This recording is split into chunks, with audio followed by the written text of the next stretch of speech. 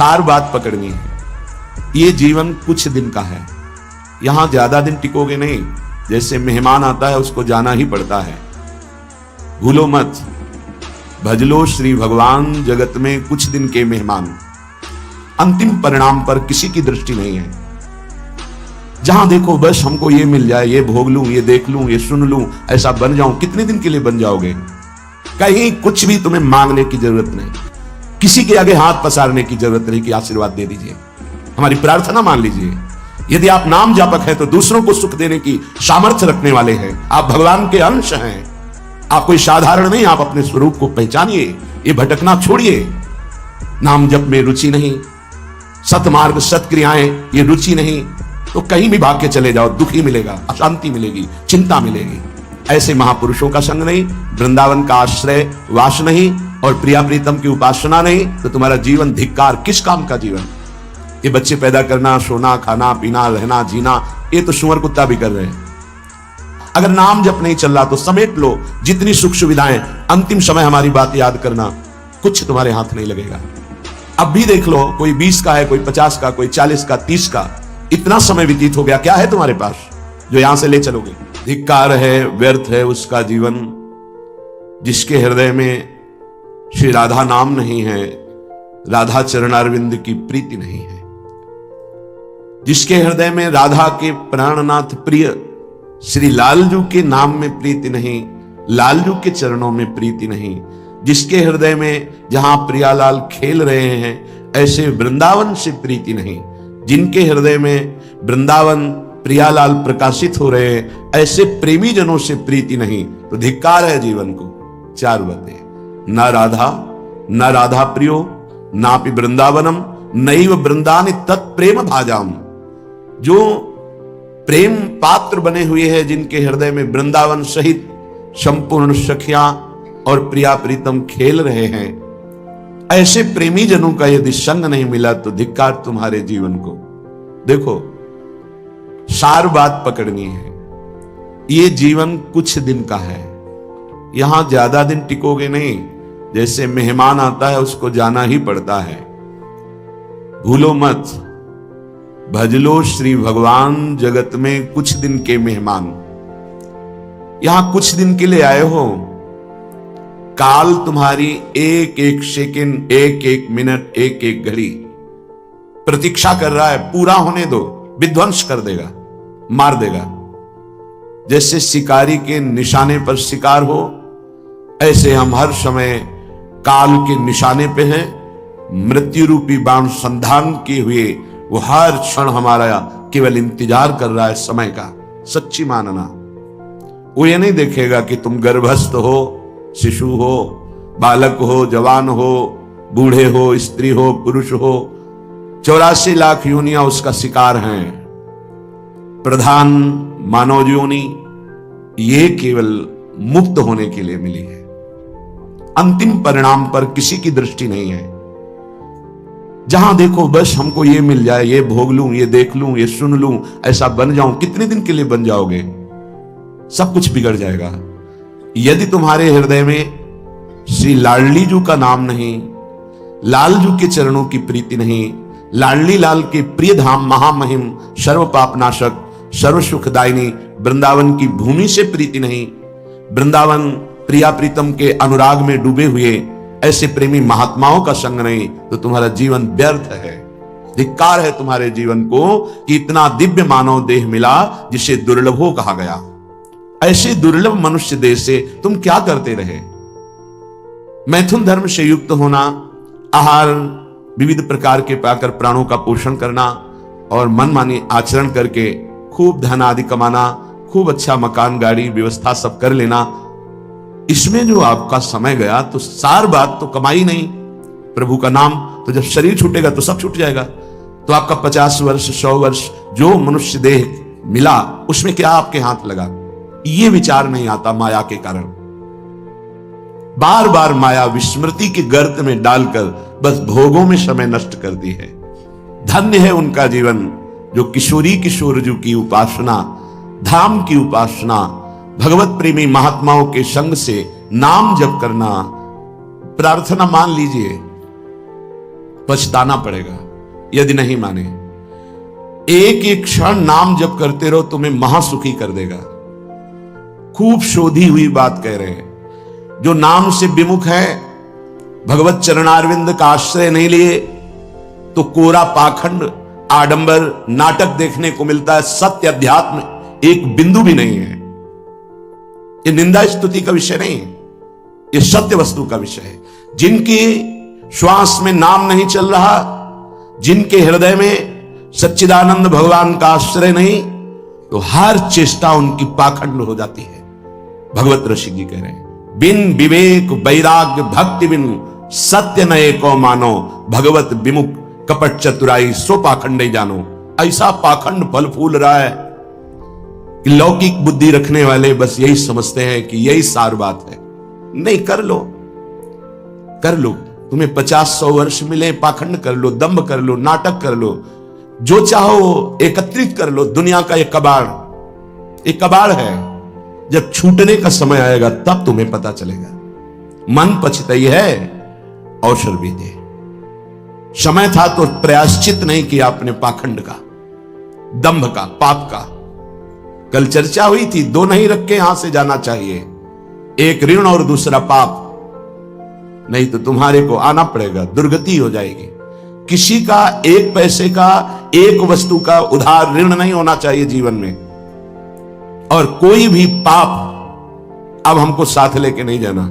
अगर भूल से हो गए हैं तो उनका यहां प्रायश्चित करेंगे, अंदर से जलेंगे और संत महात्माओं से पूछेंगे इस पाप का हम क्या दंड स्वीकार करें, कौन सा प्रायश्चित करें। वो जो आदेश करें, बिना किसी प्रश्न के, संशय के, उसे स्वीकार कर लो, पाप नष्ट हो जाएगा। पाप और ऋण ये अपने जीवन में नहीं होना चाहिए, पर पाखंड, दंभ ये केवल पाप कराता है। भोले भाले भूले हुए जीव प्राणी वो जानते नहीं हैं कि किसे सत्य अध्यात्म कहते हैं। बस भूल में और भूल बटोरते घूम रहे हैं। कहीं कुछ भी तुम्हें मांगने की जरूरत नहीं, किसी के आगे हाथ पसारने की जरूरत नहीं कि आशीर्वाद दे दीजिए, हमारी प्रार्थना मान लीजिए। यदि आप नाम जापक हैं तो दूसरों को सुख देने की सामर्थ्य रखने वाले हैं। आप भगवान के अंश हैं, आप कोई साधारण नहीं। आप अपने स्वरूप को पहचानिए, ये भटकना छोड़िए। आप परम स्वतंत्र भगवान के अंश हैं, आप परम स्वतंत्र हैं। ये माया आपको जो बांधे हुए है, इसी से मुक्त होने के लिए, इसी भ्रम को मिटाने के लिए हमें मानव देह मिला है। ए मारे घूम रहे, हमें सुख मिल जाएगा, कोई दे देगा आशीर्वाद।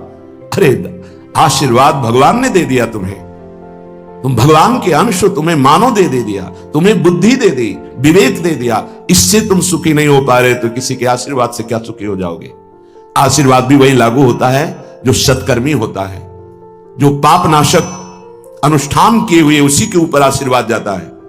आप सोचे आप करें पाप, विषय विलासिता, और आपको कोई परमहंस आशीर्वाद दे दे, आपकी सामर्थ्य नहीं कि ऐसे आशीर्वाद देने वाले महापुरुष तक पहुंच पाए। जो पे दुष्ट हृदय सोई हुई, मोरे सन्मुख आव की सोई, वो जा ही नहीं सकता। अगर चले गए तो आशीर्वाद मांगने की जरूरत नहीं है, वो बात मिल जाएगी जो तुम्हें दूसरों को आशीर्वाद देने की सामर्थ्य प्रदान कर देगी। अपने लोग भगवान को भी आशीर्वाद देते हैं, अपने लोग महारानी जी को आशीर्वाद देते हैं, उन्हीं के नाम बल से, उन्हीं के चरण आश्रय बल से। लाडली जो थारो अविचल रहो जो सुहाग, आपका सुहाग अविचल रहे, आप दोनों ऐसे सुखी रहे। जब हम अपने आराध्य देव श्यामा से हमको आशीर्वाद दे सकते हैं, फिर और कौन बचा। तो किसके बल से? उनके नाम बल से, उनकी आराधना के बल से। क्या आप नाम जप नहीं कर सकते? क्या आप आराधना करके ऐसे समर्थ नहीं बन सकते? समर्थ वही है जिसका हाथ फैलाना मिट जाए, किसी से भी नहीं। आपके पास नाम है, आपके पास मंत्र है, उपासना है, आप समर्थ हैं, पर आप अपनी वस्तु को पहचान ही नहीं रहे। नाम जप में रुचि नहीं, सतमार्ग सत्क्रियाएं ये रुचि नहीं, तो कहीं भी भाग के चले जाओ, दुख ही मिलेगा, अशांति मिलेगी, चिंता मिलेगी, आशीर्वाद नहीं मिलेगा। वो देगा भी तो लगेगा नहीं, क्योंकि हृदय में हमारे अंदर पात्रता नहीं आ रही। पात्रता नाम जब से आती। मान लो प्रार्थना, कुछ समझ में आवे या ना आवे, राधा राधा राधा। श्रीपाद कह रहे हैं, न राधा न राधा प्रियो नापि वृंदावनम और नैव वृंदान तत्प्रेम भाजाम। प्रेम भाजाम, जो प्रेम पात्र बन चुके हैं, जिनके हृदय में वृंदावन प्रकाशित हो चुका है, प्रिया प्रीतम खेल रहे हैं, ऐसे महापुरुषों का संग नहीं, वृंदावन का आश्रय वास नहीं और प्रिया प्रीतम की उपासना नहीं, तो तुम्हारा जीवन धिक्कार। किस काम का जीवन? ये बच्चे पैदा करना, सोना, खाना, पीना, रहना, जीना, ये तो सुअर कुत्ता भी कर रहे हैं। देव दुर्लभ मनुष्य देह कही गई, बड़े भाग मानुष तन पावा, सुर दुर्लभ सद ग्रंथन गावा, दुर्लभो मानुषो देहो।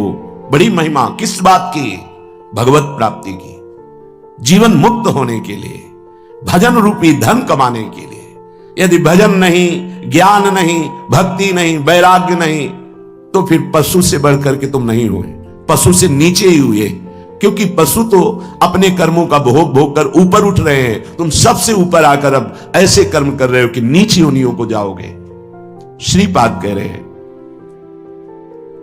कोई भी आराधना किए बिना प्रभु की सुखी नहीं हो सकता, चाहे वो ब्रह्मा के पद में ही क्यों ना हो।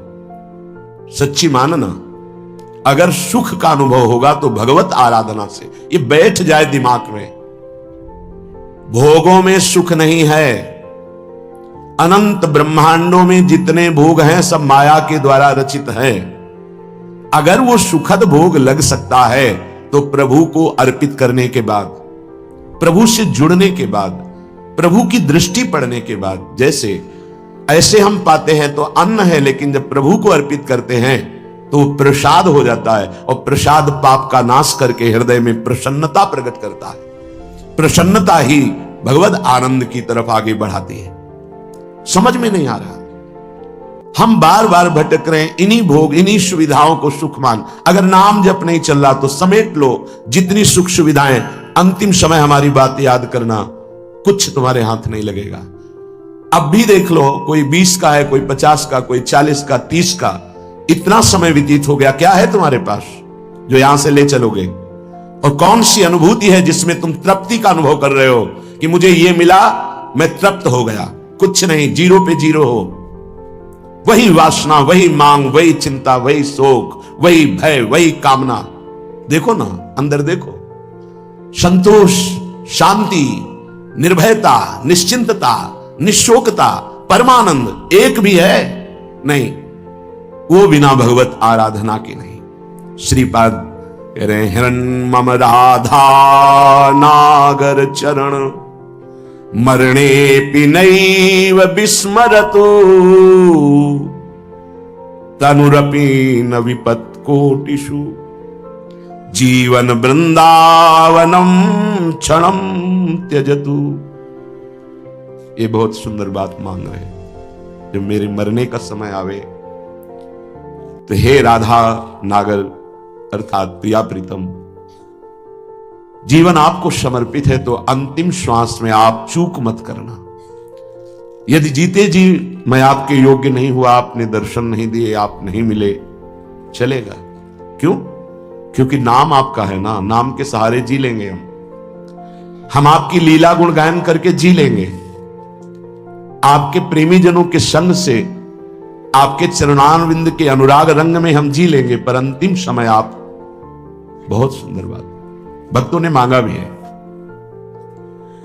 कह रहे हैं कि अंतिम समय आप मेरे हृदय में स्फुरित हो जाए। जब मैं शरीर छोड़ रहा हूं उस समय केवल प्रिया प्रीतम। निश्चित निश्चित ये हमारा विश्वास, हमारा हृदय इस बात को पक्का करता है कि जैसे भी बने हम लगे रहे हैं जीवन भर प्रभु के चरणों में, तो अंतिम में प्रभु फिर अपनी कृपा विशेष करते हैं। उस उपासक के हृदय में प्रभु स्फुरित हो जाते हैं, स्मरण रूप में या रूप रूप में स्फुरित हो जाते हैं। यदि जीवन में किसी महात्मा का संग रहा है, श्री प्रिया प्रीतम की किंचन मात्र आराधना बनी है, धाम आदि भगवत पुरियों का, धामों का तीर्थाटन, अवगाहन थोड़ा भी वास हुआ है, वो अंदर से आश्रय प्रभु का रहा है, तो अंतिम समय उसके भगवान पधारते हैं। निश्चित ये हमारा विश्वास कहता है, क्योंकि अंतिम गति ही परम पद या अगला जन्म या दुर्गति, अंतिम क्षण जो होता है वो महामहिम माना जाता है। कहते आपके विश्वास से क्या प्रमाण क्या है? तो अजामिल संध्या करने वाला, शास्त्र स्वाध्याय करने वाला, धर्माचरण परायण और बुजुर्गों की, गुरुजनों की सेवा करने वाला था। उस सेवा के लिए ही जंगल में समिधा लेने गया था। वहां व्यभिचार परायण वेश्या और व्यक्ति को देखा, कामांध हो गया। एक दृश्य ने उसे पूरे जीवन को बर्बाद कर दिया। तो अंतिम समय में जब वृद्धावस्था की सीमा चल रही थी कि उस समय संतान का योग था ही नहीं, पर संत जन आए और उन्होंने कहा कि अब जो संतान होगी उसका नाम नारायण रखना। अत्यंत आसक्ति छोटे पुत्र में होने के कारण मरने के समय वो उसे बुला रहा था, नारायण नारायण। तो शायद वो आवाज वहां तक ना पहुंची हो, पर नारायण के पार्षद आ गए और उसको परम पद मिला। ये घटना क्यों घटी? क्योंकि धर्मात्मा था, वो अच्छे आचरण करने वाला था। कुसंग से भ्रष्ट हो गया तो क्या हुआ? हरि ने अंतिम संभाल दिया। तो जो अपने जीवन में प्रयासरत है कि नाम जप करूं, जीवन में प्रयासरत है कि हमसे कोई पापाचरण ना हो जाए, जीवन मेरे जीवन धन प्रभु के लिए है, तो ये हमारा विश्वास है अंतिम उसका बहुत मंगलमय होगा।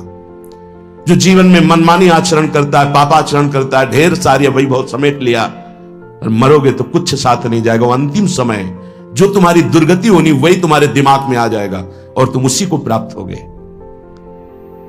श्रीपाद मांग रहे हैं प्रियालाल से, हन्मम राधा नागर चरणम मरणे पिनैव विस्मरतु। जीवन भर आपकी आराधना की, अब अंतिम समय जब मेरा मरने का आवे तो हे प्रिया प्रीतम आप स्फुरित हो जाए, आपके चरणारविंद हमारे हृदय में स्फुरित हो जाए। अब ऐसे कड़वे संसार में जन्म ना हो जहां केवल छल है, कपट है, धोखा है, जहां सत्य का किंचन मात्र लेश भी व्यवहार में नहीं है। तत्व तो सत्य विराजमान है पर उसका परिचय नहीं। असत माया का खेल चल रहा है, नहीं जन्मना ऐसे संसार में। हमें आपकी प्राप्ति करनी है। माना कि मेरे में सामर्थ्य नहीं, पर अंतिम समय आपसे प्रार्थना है आप हमारे हृदय में स्फुरित होना। और हे वृंदावन, आप मुझे ऐसी सामर्थ्य देना कि भारी दुख का समय हो अंतिम, तो भी मैं आपके धाम से अपने शरीर को बाहर न जाने दूं। यह बड़ी बात है। एक क्षण के लिए भी मैं कभी अंतिम चेष्टा में, जब मेरा शरीर भारी पीड़ा में हो, यहां से जब जाना होता है, जिनका आखिरी जन्म होता है, तो बहुत कुछ हमारी गंदगी जमा है जन्म जन्मांतरों की, वो बहुत शीघ्र भोगवाई जाती थोड़ा थोड़ा करके। तो देखा जाता है कि बड़े महापुरुष भी अंतिम समय बहुत ही विकराल परिस्थिति आ जाती है। उस समय भागना नहीं है औषधि के लिए, नहीं, ये धैर्य उपासक के अंदर ही होता है। पास में ही राधा टीला है, अभी कुछ ही वर्षों पहले की बात है। यहां के पूज्य जो महंत जी थे, बड़े ही कुंज बिहारी श्री हरिदास चरणारविंद के अनुरागी थे। रामकृष्ण मिशन में गए, परेशानियां बढ़ रही थी। उन्होंने जांच की, उन्होंने कहा यहां नहीं, आपको दिल्ली जाना होगा, या हो सकता है आगरे में हो जाए, या तो नहीं हो सकता ना मथुरा में ना वृंदावन में। कुंज बिहारी श्री हरिदास, कौन जाएगा दिल्ली आगरा? हालत खराब होती चली गई। श्री हरिदास कुंज बिहारी श्री हरिदास। सबसे कहा कि स्वामी जी बुला रहे हैं हमें, जल्दी तैयारी करो जल्दी। ये अभी कुछ वर्षों की बात है, ये अपने सामने की बात कह रहे हैं। जल्दी भोग बनाओ, नहीं तो भोग नहीं लगा पाओगे, समय है अभी, राजभोग जल्दी लगाओ। राजभोग लगाया, प्रसाद लाओ, प्रसाद। बैठो सब सामने, कुंज बिहारी श्री हरिदास, श्यामा प्यारी कुंज बिहारी श्री हरिदास दुलारी। कीर्तन शुरू हुआ, कोई समझ नहीं पा रहा क्या कह रहे, बस खून की उल्टी हुई, बोले स्वामी जी बुला रहे, चले। ये है जीवन भर की आराधना का स्वरूप। यदि आप नाम जापक हैं, भगवत आश्रित हैं, तो आज से किसी से कुछ नहीं मांगना पड़ेगा। किसी के सामने हाथ फैलाने की जरूरत नहीं होगी। इसके लिए आपको प्रभु के नाम में विशेष रुचि लेना पड़ेगा। संत महापुरुषों से सत्संग करना पड़ेगा। अपने समय को बर्बाद करना बंद करो। हर क्षण हर पल प्रभु के चिंतन में लगाओ, प्रभु के भजन में लगाओ।